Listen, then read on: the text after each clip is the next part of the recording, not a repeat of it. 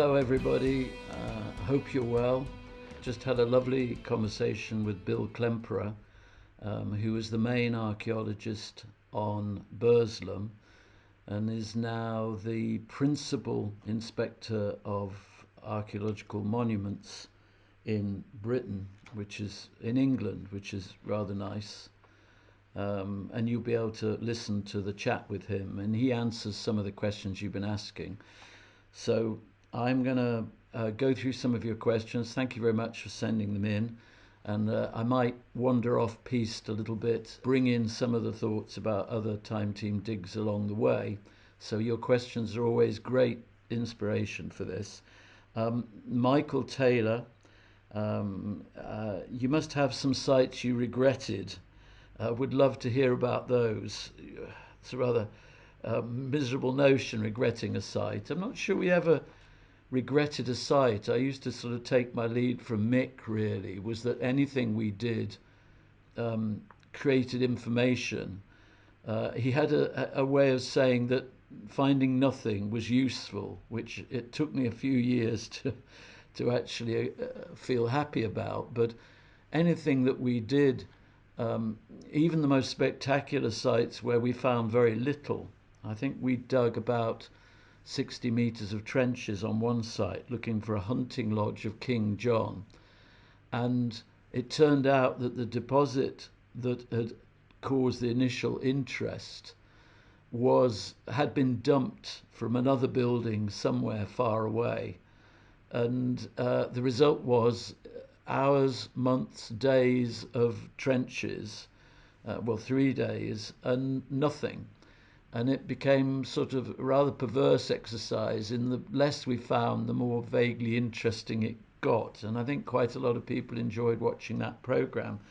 And yes, Michael, you mentioned a good research question. I think Jim talked about this, and Jenny. Knowing what that question is and being precise about it is a very useful thing. And that was why Tony's question at the start of the program, so we're here for 3 days and we want to try and find out X, Y, Z, sort of helped refine the central story and the central question. But it also meant that the way the research and the way the archaeology was handled ran along certain lines to get a clear answer. And often it was a hypothetical answer which we had to sort of check and prove and go on further. But we like to feel at the end of each program at least we answered something. Susan MacDonald, she enjoyed watching Burslem. What was your dig with the most finds? I'm not sure, Susan, that we sort of numerically quite had a record of the number of finds we found in each dig. But there were certainly digs where we had huge numbers of trays, Roman sites particularly, sites like Dinnington. The big Roman sites always produced masses of finds, particularly if there were things like mosaics around. In the Roman period, you're getting coins, you're getting fragments of wonderful pottery, and that was a rather nice thing, but it also took a lot of processing. We had a whole team of people behind the scenes whose job it was to wash, record, and make sure all those finds were collated, and that was quite a job in itself. And I think that the multitude of finds, you sometimes did feel overwhelmed by it.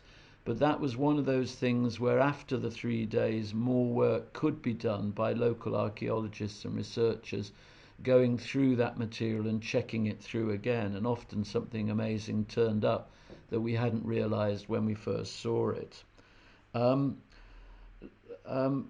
Larissa Spiker, Larissa, you're asking about how do we archive the vast amount of pottery and material? Well, Bill answers some of that. There is also a process that archaeologists will do where if you have a huge sample of a particular site, then it's very useful if you select specific things from that site. In other words, if you've got 1,000 pieces of one type of pottery, you don't need to keep all of that. Often we spend the start of a dig saying keep everything, and that's what we say to people. By the time you've got enough to make a sample, then the rest of that material can effectively be reburied or put back in the hole. Because archaeologically speaking, we're trying to get information about particular kinds of pottery, particular dates, and once a certain proportion has been done, then you've done enough. The other thing that sometimes happens is we do pottery by weighing it. So we end up with a certain weight of Roman pottery, a certain weight of Roman glass. We did one dig where all that glass that we used for experimental archaeology to create a Roman kiln had actually come from Roman sites in London where there was so much glass that they could let us have it to experiment with. And so when you've got huge caches of material, often they are sampled and the rest of it replaced. And that's quite a useful thing. Did the archaeologists get to choose whether they got involved in experimental archaeology? I'm not sure choice is quite the word. I'm not sure we were as democratic as that. We always like to make sure they felt happy about it, but by and large it was, Matt, you are going to be the drunk navvy. In Jim's case, he was shoved in a jail, which was a tough assignment. Often we were using Phil in the early days to do experimental archaeology because he was so good at the practical stuff, and his reactions to it were great. And then things like Jenny becoming a nun. Sometimes there are people who feel to be more appropriate for that kind of job, and I suppose there was a certain sort of nun-like appearance to Jenny which fitted the role. So sometimes there was a little bit of casting. But a lot of the times it was like, you're doing the experimental archaeology, which I guess got some of them out of the digging, which was quite nice. Simon Hill has got some questions about Flint. Simon, Flint is a subject I would very rarely comment on without talking to Phil. So I'm going to raise that with Phil. What's interesting is I remember from Time Team is the grades of flint that you find. Sometimes you find flint that's almost pure like glass. It's astonishing stuff.